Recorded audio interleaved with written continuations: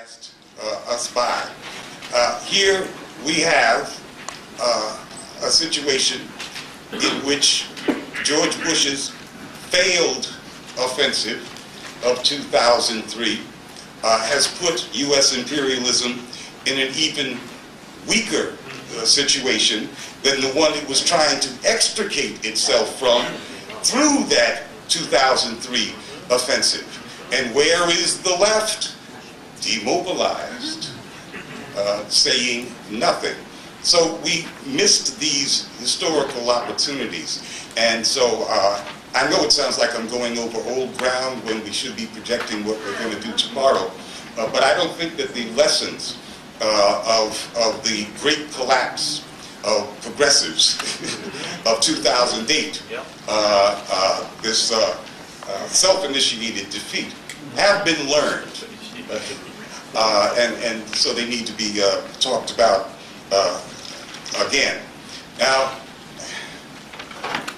when imperialism did its makeover by backing its favored candidate, who was Barack Obama, remember that the corporate America gave much more money to the Democrats in 2008 than to the Republicans. That makes 2008 an historic year, as much as the election of a black president.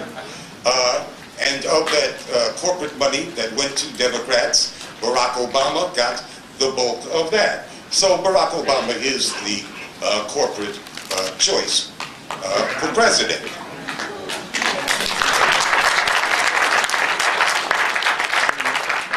And here we find ourselves allied with the corporate choice for president.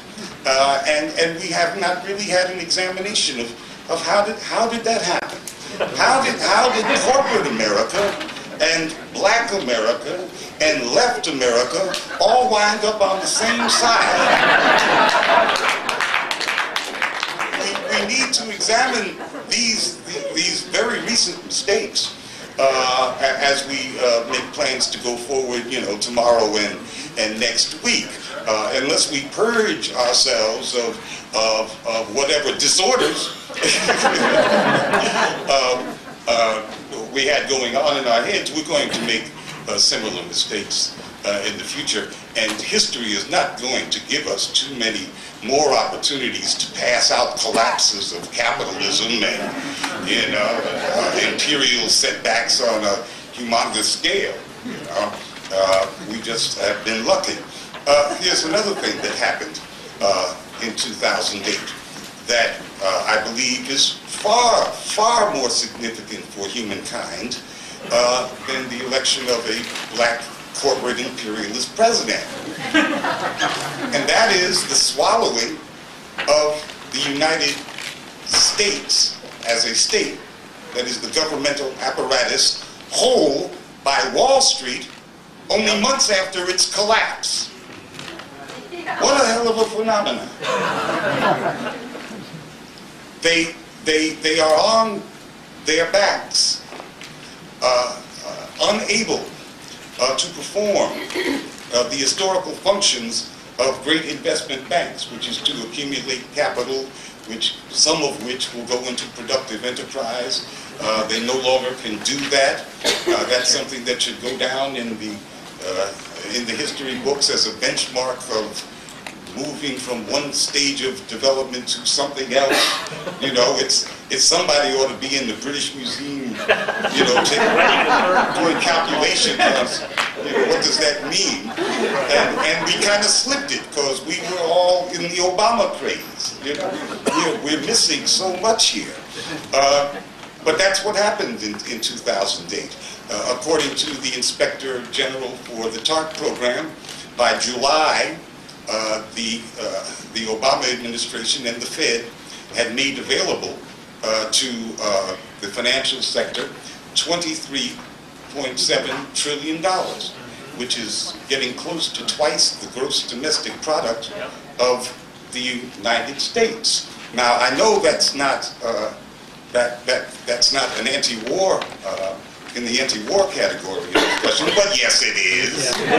Yes, it is.